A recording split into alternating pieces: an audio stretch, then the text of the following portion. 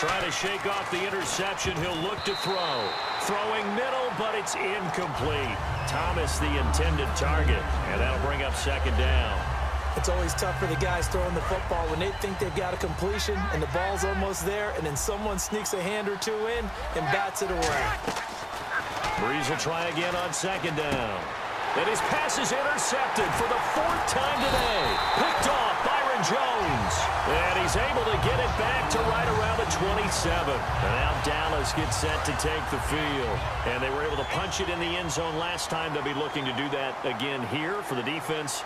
Obviously, they'll be looking to stop them from punching it back in the end zone. It always is punch-counter-punch, isn't it? And which team has the advantage? Well, let's just go back. Last time on offense, they rolled downfield, got into a good rhythm. You can see a little more bounce in and out of the huddle. You can see the sideline really get into the game. So defensively, you're thinking to yourself, how do we take that away from them? How do we get the advantage back? Let's see what they come up with. I think pressure is always the first way to go.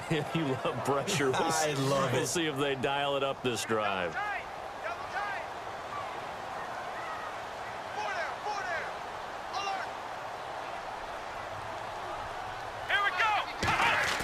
Now it's a bootleg with Prescott.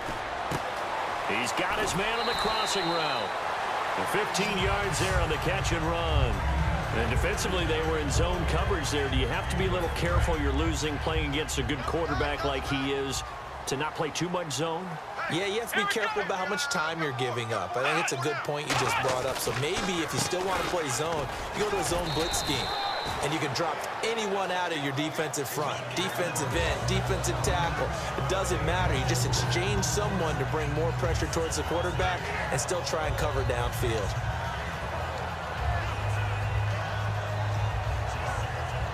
Second down following the run.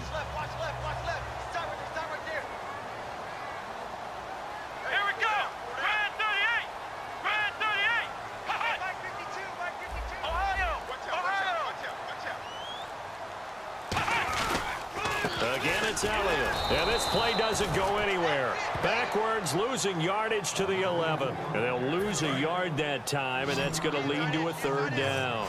And in this situation with the lead fourth quarter, they're liking keeping the ball on the ground, I'm sure. That's just smart football, but you know the defense has to know it as well. They've got to stop them here. So now we're going to see that loading the box in a big way. 6, 7, 8, 9, whatever it's going to take, puts a little bit more pressure on your big offensive line. They'll roll him out right.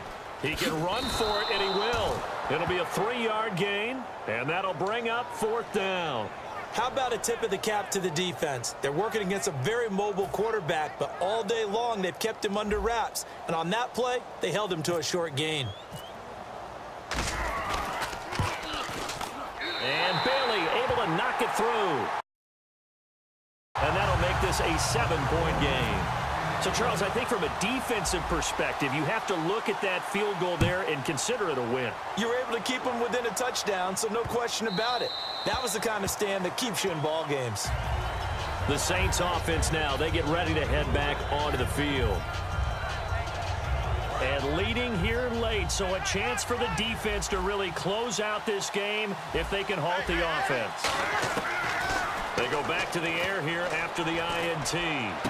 Caught by Snead over the middle. And some room to work. And he'll take it into the end zone for the Saints touchdown. Willie Snead, 75 yards. And the Saints are within an extra point of tying this thing up. And now a critical extra point attempt here.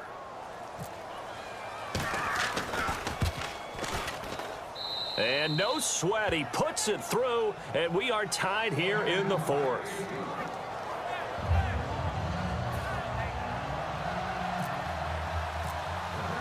Set to go now with the kickoff. These two teams all even again as we continue in this wild fourth quarter.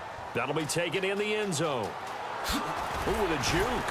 Sheds a second man. He's building up some momentum, isn't he?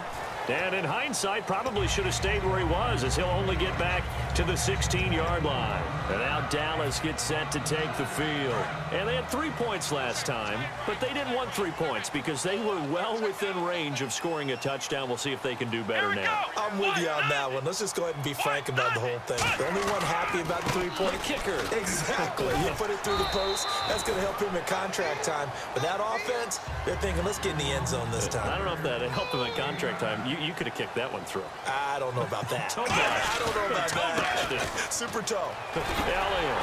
And he'll get it up near the 35, right at the 34 here. Time for a break. We'll come back and see how it all shakes out after this.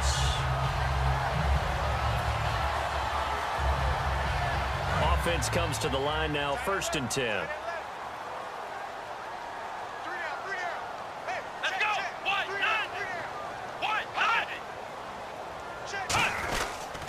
The give is to Elliott. And he'll get this up to about the 40. It's a 6-yard gain on the ground, and that'll make it 2nd and 4. So much of the game today, we're looking for hybrid players, guys who can do a combination of jobs.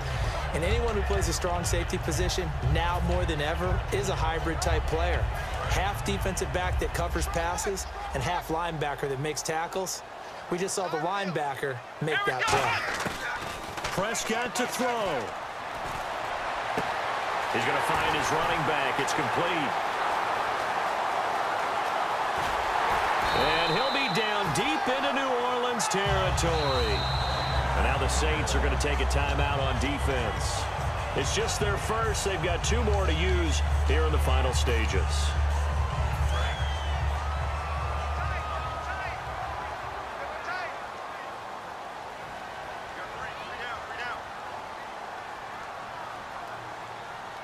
An encroachment penalty here, maybe just a mental lapse, partner. Sometimes you have to just watch the football. Make sure it's snapped before you're jumping.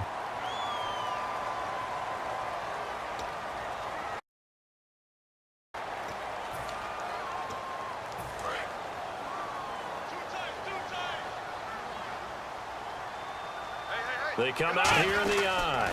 So now it's 1st and goal. And he'll get in. Touchdown, Cowboys.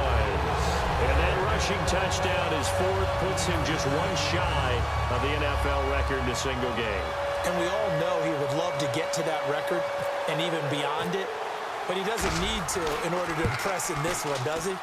What a performance. What an absolute great game that he's had here in this one. Bailey now get away after the touchdown. And this will not be returnable. It's out of the back of the end zone for a touchback. And now the Saints get set to trot out there. They're down here in a 1-score game. But the time, it's a factor, but it's not a huge factor right now, is it? It's really not, because this amount of time gives them a chance to run their offense, to go through play sequences. And this is what they work on every week in practice, usually on a Friday. They go over this type of a situation, late game situation. What are we going to do when we have the opportunity? They've called these plays a bunch of times. Now's their chance to execute them. They have the opportunity now. Here's the execution. They come up with 1 back. That's Ingram. He'll look to throw. And he can't get a throw off. He's taken down. What a huge play at this point in the game. And plays like that really hurt play calling. They had a really nice gain on the previous play, but gave about half the yardage back on the sack. Excellent pressure up front. Nowhere to go with the football. Down he goes. It's caught left side by Cooks. A good pick up there of 20 yards. So after that big play, let's see if they can catch their defense maybe on their heels. They'll look to throw.